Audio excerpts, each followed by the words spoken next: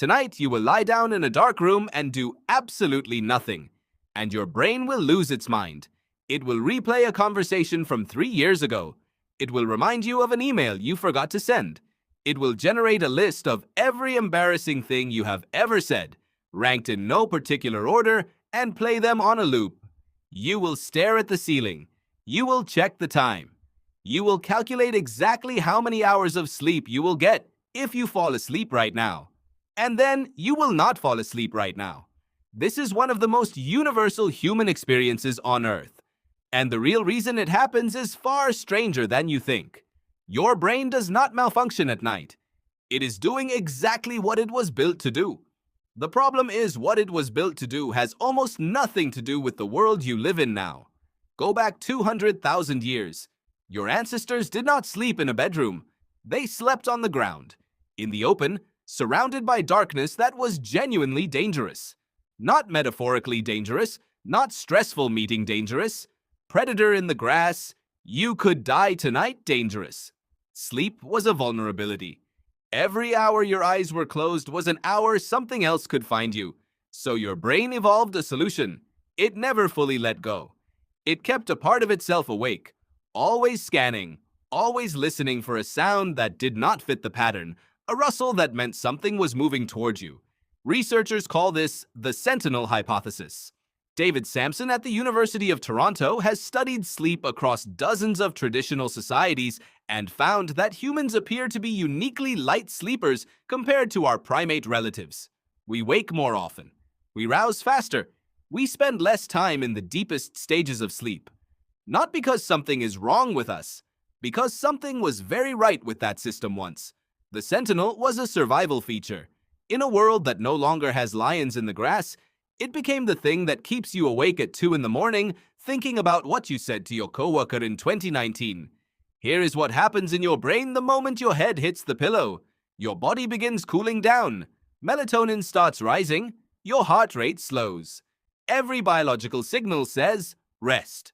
But your prefrontal cortex, the part of your brain responsible for planning, worrying, and reviewing social interactions, does not get the shutdown memo. In fact, in the absence of external stimulation, it gets louder.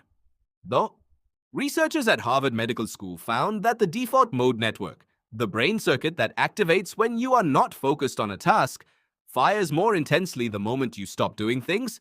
Idle brain is not quiet brain. Idle brain is a brain that turns inward and starts auditing everything. Your ancestors needed that audit.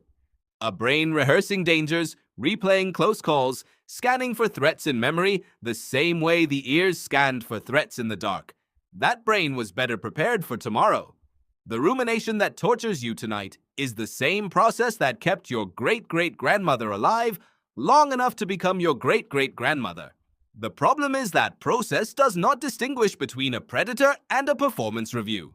To your nervous system, social rejection and physical danger register on the same frequency. Matthew Lieberman at UCLA spent years mapping how the brain processes social pain and found that it activates the same neural regions as physical pain. Being left out of a group, being criticized, being seen as a failure, these experiences trigger the same alarm systems as injury, which means your brain, lying in the dark, treats an upcoming difficult conversation the same way it would treat a sound outside the cave. Something dangerous might happen. Stay alert. So you stay alert. And here is the part nobody tells you. The more you try to force yourself to sleep, the worse it gets. Research by Daniel Wegner at Harvard on what he called the ironic process theory showed that actively trying to suppress a thought makes it more intrusive, not less. When you lie there thinking, do not think about work. Do not think about that thing you said. Your brain has to first identify the thought you are trying to avoid in order to suppress it, which means you have just thought about it. And the harder you push, the louder it echoes. Your ancestors did not try to fall asleep. They were tired. They lay down. Sleep arrived because the body was genuinely exhausted in a way modern sedentary life rarely produces. They also did not sleep in one long block.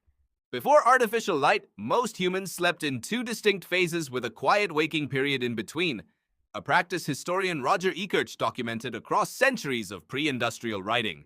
The first sleep and the second sleep, separated by an hour or two of calm, gentle wakefulness. What we call insomnia, lying awake in the middle of the night, may not be a disorder at all.